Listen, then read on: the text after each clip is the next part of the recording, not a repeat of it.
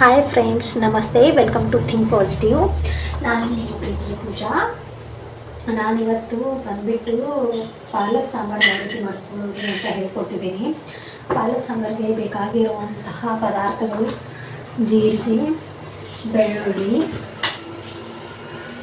ಕರಿಬೇವು, ಎಣ್ಣೆ, ಅರಿಶಿನ, ರುಚಿಗೆ ತಕ್ಕಷ್ಟು ಉಪ್ಪು ಮತ್ತು ಖಾರ. ನೋಡಿ ಫ್ರೆಂಡ್ಸ್, ನಾನಿಲ್ಲಿ ತೋರಿಸ್ತಾ ಇದ್ದೀನಿ. 4 ವಿಸಿಲ್ ಹೊಡ್ಕೊಂಡಿದ್ದೀನಿ. ಸ್ವಲ್ಪ ಪಾಲಕ್ಕು ಮತ್ತು ತೊಗರಿಬೇಳೆನ ಹಾಕಿಬಿಟ್ಟು 4-5 ವಿಸಿಲ್ ಕೂರಿಸ್ಕೊಂಡಿದ್ದೀನಿ. ಚೆನ್ನಾಗಿ ಮೆತ್ತಗೆ ಬೆಂದಮೇಲೆ ಅದಕ್ಕೆ ಸ್ಮ್ಯಾಶರ್ ಸಹಾಯದಿಂದ ಅದನ್ನ ನುಣ್ಣಗೆ ಮಾಡ್ಕೊಳ್ಳೋದು. ಅಂದರೆ ಅದು ಸಾಂಬಾರಿಗೆ ಒಂದು ಸ್ವಲ್ಪ ಥಿಕ್ ಕನ್ಸಿಸ್ಟೆನ್ಸಿ ಬಂದರೆ ಅದು ಚೆನ್ನಾಗಿ ಹಾಕೋದು. ಸ್ವಲ್ಪಕ್ಕೋಸ್ಕರ ಸ್ವಲ್ಪ ಸ್ಮ್ಯಾಶರ್ ಸಹಾಯದಿಂದ ಈ ರೀತಿ ಸ್ಮ್ಯಾಶ್ ಮಾಡಿಕೊಂಡ್ರೆ ಅದು ಚಿಕ್ಕ ಮಕ್ಕಳು ಪಾಲಕ್ನ ತಿನ್ನೋದು ಇಷ್ಟಪಡೋದವರು ಕೂಡ ಸಾಂಬಾರಲ್ಲಿ ತೆಗಿಯೋಕ್ಕಾಗದೇ ಇರೋ ಮಟ್ಟಿಗೆ ಅದನ್ನ ಸ್ಮ್ಯಾಶ್ ಮಾಡ್ಕೊಂಡ್ಬಿಟ್ರೆ ಚೆನ್ನಾಗಿರುತ್ತೆ. ಸೊ ಅದಕ್ಕೋಸ್ಕರ ನಾನಿಲ್ಲಿ ಸ್ಮ್ಯಾಶ್ ಮಾಡ್ಕೊಂಡಿಟ್ಟಿದ್ದೀನಿ. ಅದಾದಮೇಲೆ ಫ್ರೆಂಡ್ಸ್, ಇವಾಗ ನಾನು ಗ್ಯಾಸ್ ಮೇಲೆ ಒಂದು ಕಡಾಯಿನ ಇಟ್ಕೊಂಡಿದ್ದೀನಿ. ಆ್ಯಕ್ಚುಲಿ ಕಡಾಯಿ ಇಟ್ಟಬಾರ್ದಿತ್ತು, ತಪ್ಪಾಗಿ ಕಡಾಯಿನ ಇಟ್ಕೊಂಡೆ. ಬಟ್ ಅದಕ್ಕಿಂತಲೂ ನಮ್ಗೆ ಬೇಕಾಗಿರೋದು ಸಾಂಬಾರು ಮಾಡೋಕ್ಕೆ ಬೇಕಾಗಿರುವಂಥ ಪಾತ್ರೆನ ಇಟ್ಕೊಂಡು ಅದಕ್ಕೆ ಎಷ್ಟು ಇವಾಗ ಯಾವ ಪ್ರಮಾಣದಲ್ಲಿ ಸಾಂಬಾರು ಮಾಡ್ತೀವಿ ಕನ್ಸಿಸ್ಟೆನ್ಸಿ ಅಂತ ನೋಡ್ಕೊಂಡ್ಬಿಟ್ಟು ಅದಕ್ಕೆ ಎಣ್ಣೆನ ಹಾಕೋಬೇಕು. ನಿಮಗೆ ಎಷ್ಟು ಬೇಕಾಗುತ್ತೆ ನೋಡಿ ಅಷ್ಟನ್ನು ಎಣ್ಣೆ ಹಾಕೋದು. ಸೊ ಇವತ್ತು ನಾಳೆ ಏನಂತಾರೆ, ಅದಕ್ಕೆ ಮಾರ್ಕೆಟ್ ಇರುತ್ತೆ. ಇವತ್ತು ಮಂಗಳವಾರ. ಸೊ ಮಾರ್ಕೆಟ್ ಇರೋದ್ರಿಂದ ನಾನು ಇನ್ನೂ ರೇಷನ್ನ ತೆಗೆದಿಲ್ಲ. ಸೊ ಹಾಗಾಗಿ ಇದನ್ನು ಎಲ್ಲ ಖಾಲಿ ಮಾಡಿಬಿಟ್ಟು ಎಣ್ಣೆ ಬಾಟಲ್ನ ಖಾಲಿ ಮಾಡಿಬಿಟ್ಟು ಅದನ್ನ ವಾಶ್ ಮಾಡ್ತೀನಿ. ಸೊ ಅದಕ್ಕೋಸ್ಕರ ಎಲ್ಲ ಖಾಲಿ ಆಗೋವರೆಗೂ ಯೂಸ್ ಮಾಡ್ತಾಯಿದ್ದೀನಿ. ಸೊ ಅದಕ್ಕೆ ಫಸ್ಟಿಗೆ ನಾನಿಲ್ಲಿ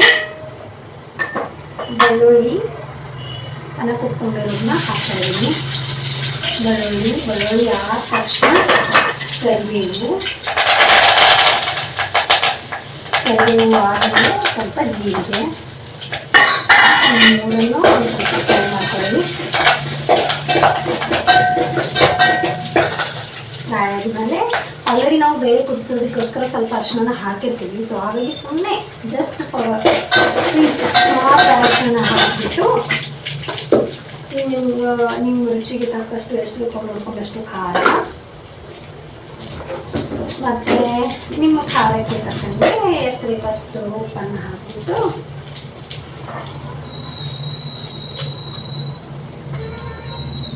ಇದು ಪಾಲಕ್ ಸೊಪ್ಪು ಆ್ಯಕ್ಚುಲಿ ನಮ್ಮಲ್ಲಿ ಒಂದು ಕಟ್ ತಂದುಬಿಟ್ರೆ ಜಾಸ್ತಿ ಆಗಿಬಿಡುತ್ತೆ, ವೇಸ್ಟ್ ಆಗಿಬಿಡುತ್ತೆ. ಬಟ್ ಸ್ಟಿಲ್ ನಾನು ತೊಗೊಂಡ್ಬರ್ತೀನಿ. ಯಾಕಂತಂದರೆ ಪಾಲಕ್ ತುಂಬ ರಿಚ್ ಪ್ರೋಟೀನ್ಸು, ವೈಟಮಿನ್ಸು, ಮಿನರಲ್ಸು ಕೊಡಬೇಕಲ್ಲ. ಸೊ ನನ್ನ ಮಗಳು ಮತ್ತು ಇದು ಇನ್ನೂ ಚಿಕ್ಕವರು ನನಗೆ ಪಾಲಕ್ ಹಾಗೆ ಆದರೂ ತಿನ್ನಲ್ಲ. ಸೊ ಅದಕ್ಕೋಸ್ಕರ ಯಾವುದೋ ಒಂದು ರೀತಿಯಲ್ಲಿ ಅವರು ತಿಂದು ಜೊತೆ ಪಾಲಕ್ ಸೇರಿ ಅನ್ನೋ ಉದ್ದೇಶಕ್ಕೋಸ್ಕರ ನಾನು ಒಂದು ಕಟ್ಟಲ್ಲಿ ಒಂದು ದಿವಸ ಈ ರೀತಿ ಬೇಳೆ ಸಾಂಬಾರು ಮಾಡ್ತೀನಿ, ಒಂದು ದಿವಸ ಪಾಲಕ್ ಬಜ್ಜಿ ಮಾಡ್ತೀನಿ, ಆಮೇಲೆ ಇನ್ನೊಂದು ದಿವಸ ಇವೆಲ್ಲ ಪಾಲಕ್ ರೈಸ್ ಕೂಡ ಮಾಡ್ತೀನಿ. ಸೊ ಒಂದಿಲ್ಲ ಅಂದರೆ ಒಂದರಲ್ಲಾದರೂ ತಿಂತಾರೆ ಅಂತ ಹೇಳಿಬಿಟ್ಟು ಮೂರನ್ನು ಕೂಡ ಟ್ರೈ ಮಾಡ್ತೀನಿ. ಅಂದರೆ ನಮಗೆ ಒಂದು ಕಟ್ ಪಾಲಕ್ ಅಂದರೆ 3 ಐಟಮ್ಸ್ ಆಗೋಷ್ಟು ಸಾಕಾಗುತ್ತೆ. ಅಂದರೆ ಅಷ್ಟು ಫೇವ್ರೇಟ್ ಅಂತ ಏನಲ್ಲ. ಸೊ ಅದಕ್ಕೋಸ್ಕರ ನಾನು 3 ಐಟಮ್ ಮಾಡಿ ಸ್ವಲ್ಪನಾದರೂ ಮಕ್ಕಳಿಗೆ ಸೇರಿ ಅನ್ನೋ ಒಂದು ಉದ್ದೇಶದಿಂದ ಪಾಲಕ್ ಸೊಪ್ಪನ್ನ ಕಡಿಮೆ ಮಾಡ್ಕೊಂಡು ಅಷ್ಟುವರೆಗೂ ಮತ್ತೆ ಅವರು ಅಂದರು, ಪಾಲಕ್ ಯಾರು ತಿಂತಾರೆ, ಏನಕ್ಕೋಸ್ಕರ ತೊಗೊಂಡ್ಬಂದಿದೆಯಾ ಅಂತ. ಬಟ್ ಸ್ಟಿಲ್ ಮಕ್ಕಳ ಹೊಟ್ಟೆಗೆ ಹೋಗಲಿ ಅನ್ನೋ ಕಾರಣಕ್ಕೋಸ್ಕರ ತಂದಿದ್ದೀನಿ. ನೋಡಿ ಈ ರೀತಿ ಹಿಂಗೆ ಮಾಡಿದ್ರೆ ಪಾಲಕ್ಕೆಲ್ಲ ಕಾಣುತ್ತೆ ನೋಡಿ. ಸೊ ಫೈನಲಿ ನನಗೆ ಪಾಲಕ್ ಸಾಂಬಾರು ರೆಡಿಯಾಗಿದೆ.